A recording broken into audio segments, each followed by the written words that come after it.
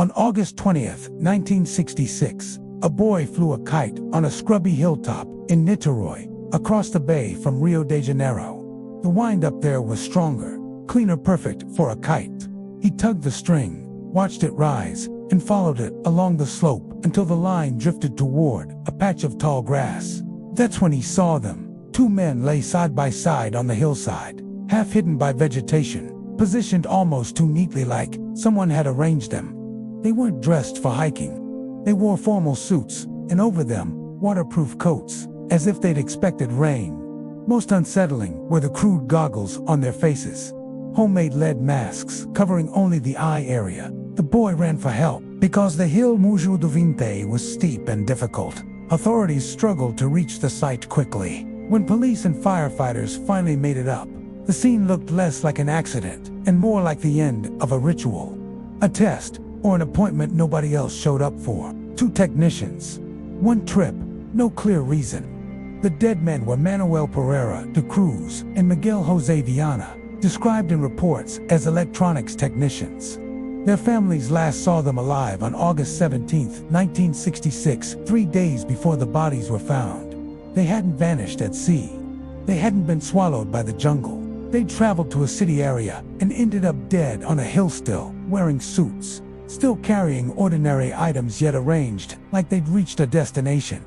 Near them, investigators found small, mundane things that somehow made the whole scene feel worse. An empty water bottle, 2 wet towels, and a notebook with a short set of instructions written in Portuguese. The note, often translated into English, read like a checklist. 1630B, at the agreed place. 1830 ingest. Swallow capsules. After effect. Protect metals. Wait for signal. Mask. Those lines are the spine of the horror, because they imply planning time to step sane, expectation that something would happen at 1830, and then a signal would follow. But the capsules were never clearly identified in the case record that survives publicly.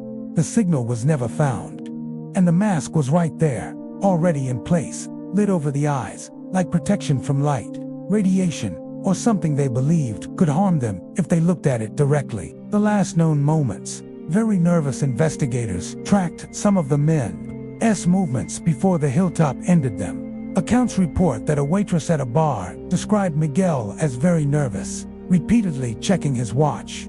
If that detail is accurate, it matches the notebook's tone. These weren't men wandering. They were men waiting for a time. And then, silence. No clear signs of a fight. No obvious wounds at the scenes. No shattered bones visible. No blood pattern that screams violence. Their valuables weren't obviously stripped in a way you'd expect from a robbery. It didn't resemble the messy aftermath of a mugging or a panic on a hillside. Instead, it resembled something colder, to people doing exactly what they'd planned to do, and never getting to the next instruction. The autopsy problem. The answers rotted away. This case might have been solved if the bodies had been examined immediately and thoroughly. But the official autopsy happened weeks later, after delays. By then, decomposition had advanced far enough that meaningful testing, especially for toxins, was compromised, and testing for toxic substances was not carried out in a reliable way. That single detail is like a door slamming shut. If the capsules were poison, sedatives, hallucinogens, or something explicable, the evidence may have been there then lost. So the case stayed in the worst category of mystery, the kind where the most important clue exists only as a sentence in a notebook, and even that sentence is ambiguous. Why lead masks? Lead is not a random metal. People use it to block radiation. People use it as shielding. People use it when they believe something invisible can harm them. And that's the nightmare logic that turns this case into legend. What did they think they were protecting themselves from? If you imagine the scene like a film, and many people do, you picture them climbing the hill late afternoon with supplies, water, towels for sweat, for nausea, for a chemical reaction. The notebook in a pocket, the lead masks wrapped carefully like tools. They reach the agreed place at 1630. They wait as the sun lowers and the city sounds fade beneath the wind. At 1830, they swallow the capsules. Then, after effect. That phrase is horrifying because it implies they expected a change. dizziness, visions, numbness, heat, cold, a door opening, a contact, a signal. Maybe it was meant to be physical, maybe spiritual, maybe scientific in their minds. But something about that expected effect was strong enough that they wrote it down like a procedure. And the final line is worse. Wait for signal. A signal from where? From someone else on the hill. From a light in the sky. From a device.